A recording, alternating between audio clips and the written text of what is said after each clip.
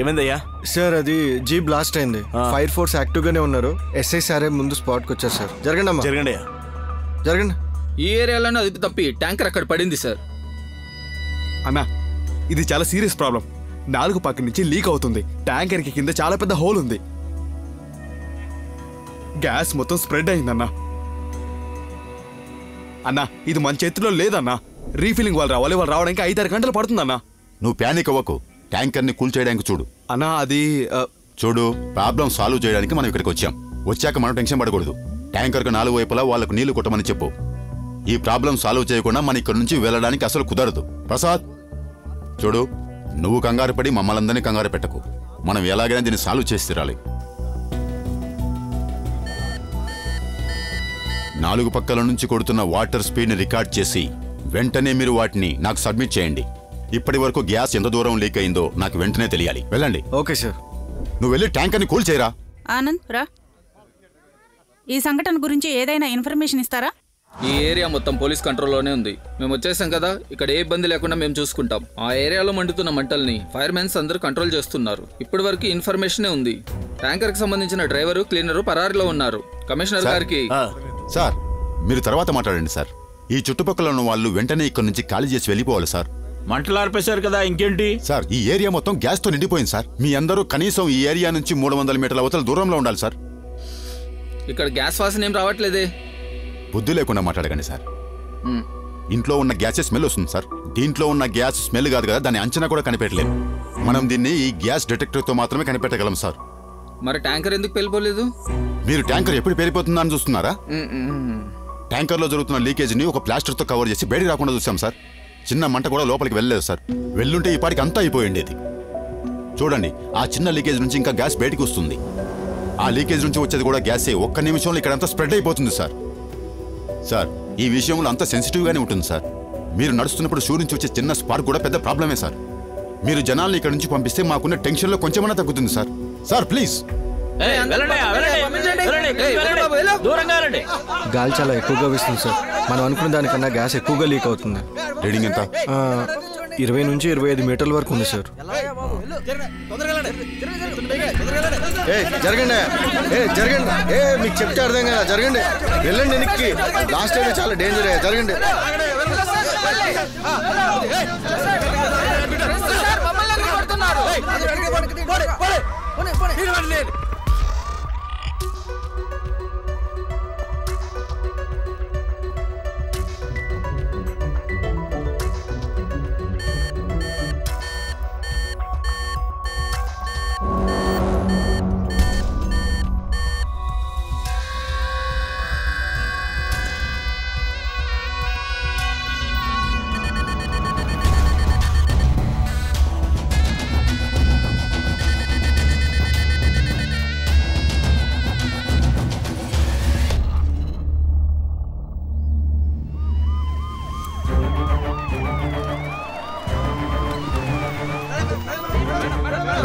జరగవయ్యా.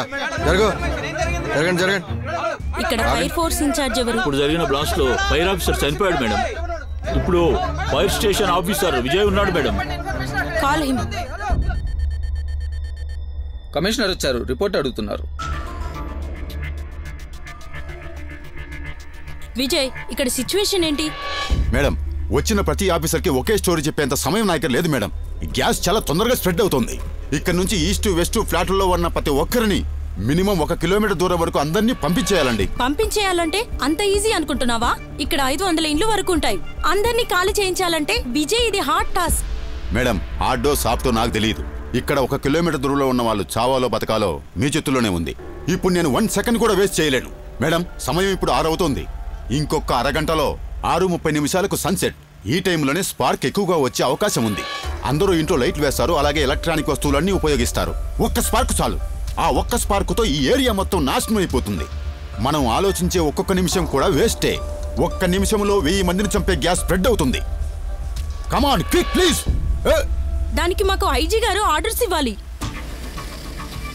ఇలాంటి ప్రోటోకాల్ మర్యాద కోసమే నేను మేడం దగ్గర రిపోర్ట్ చేశాను. 2 నిమిషాలు. మీ మేడం ఒప్పుకున్నా సరే ఒప్పుకోకపోయినా సరే ఈ ఏరియా మొత్తం ఖాళీ అవుతుంది. కానివ్వండి. మీరు నేను నిల్చున్న ఈ ఏరియా కూడా డేంజర్ జోన్లోనే ఉంది madam. Mind it. Okay Vijay, ఒక్క నిమిషం. Okay. But madam, traffic beat over. ఏంటి సార్ మీరు? మేమిక్కడ 3 గంటల నుంచి వెయిట్ చేస్తున్నాం. మీరు ఏ ఇన్ఫర్మేషన్ మాకు ఇవ్వట్లేదు. సిచ్యువేషన్ చాలా క్రిటికల్గా ఉందమ్మా. న్యూస్ కవరేజ్కి మీడియాకి అనుమతి ఇవ్వట్లేదమ్మా. కమిషనర్ నుండి ఆర్డర్స్ వచ్చాయి.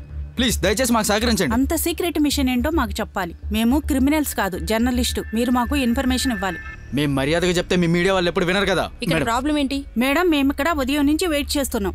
ఇక్కడ న్యూస్ కవర్ చేయాలి. చూడండి, ఈ విషయం కనుక బయటికి వెళ్ళిందంటే పబ్లిక్ అందరూ పానిక్ అవ్వడం తప్ప ఇంకెలాంటి ప్రయోజనము ఉండదు.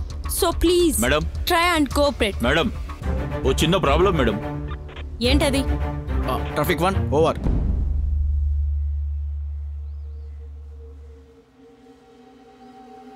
Machine spot. ఈ ఏరియాని ముందుగా మనం వెంటనే క్లియర్ చేయాలి. Call Vijay. Yes madam. Yes madam. 1 minute. నువ్వు చెప్పినట్టు అందరినీ పంపించడం తొందరగా కుదరదు. ఏం మేడం? గ్యాస్ తొందరగా స్ప్రెడ్ అవుతుందని చెప్పారు కదా విజయ్. ఆ ఏరియా అక్కడికి 1/2 కిలోమీటర్ దూరంలో ఉన్న ఈ గేట్ సెంట్రల్ జైల్ది విజయ్.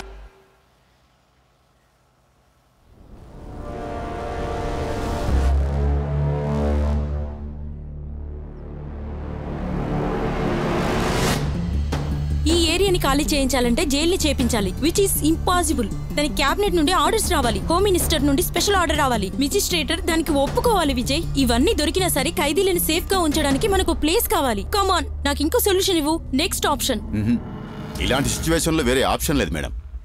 మనకున్న ఒకే ఒక ఆప్షన్, రీఫైనల్లో ఉన్న ఎక్స్పర్ట్స్ వచ్చి ఈ ట్యాంక్లో ఉన్న గ్యాస్ని వేరే ట్యాంక్లే కరెక్ట్గా మార్చడం. ఎలా లేదన్నా దానికి 5 గంటల టైం పడుతుంది. అంత టైం వేస్ట్ చేయడం అనేది మనకు చాలా రిస్క్. అయితే మమ్మల్ని ఏం చేయమంటారు? మీరు చెప్పిన మాట విని ఖైదీలందరినీ బయటకు వదిలేయమంటారా? అర్థం లేకుండా మాట్లాడకు. ఫర్ గాడ్ సే విజయ్, ఇంకొక సొల్యూషన్ ఇవ్వు. ఇంకో ఆప్షన్ కూడా చాలా రిస్క్. ఖైదీలందరి ప్రాణాలని పణంగా పెట్టడం. Last minute suggestion.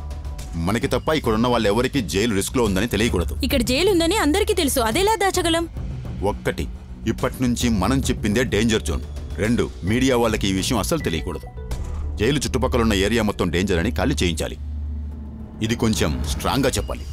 ఇంట్లో మనుషులు మాత్రమే కాదు, వాళ్ళకి ఇష్టం ఉండే వాటిని అన్నింటినీ, ఎలక్ట్రిక్ బ్యాటరీస్ లాంటివి అన్నింటినీ కూడా ఇక్కడి నుంచి తీయించాలి. అంతకంటే ముందు హోల్ ఏరియాని పవర్అవుట్ చేయాలి. అప్పుడే రిస్క్ అనేది తగ్గుతుంది. ఆ టైంలో మీరు జైలు ఖాళీ చేయించడానికి అవసరమైన పర్మిషన్లను తీసుకోవచ్చు. సార్, ఒక్క నిమిషం సార్. Excuse me madam,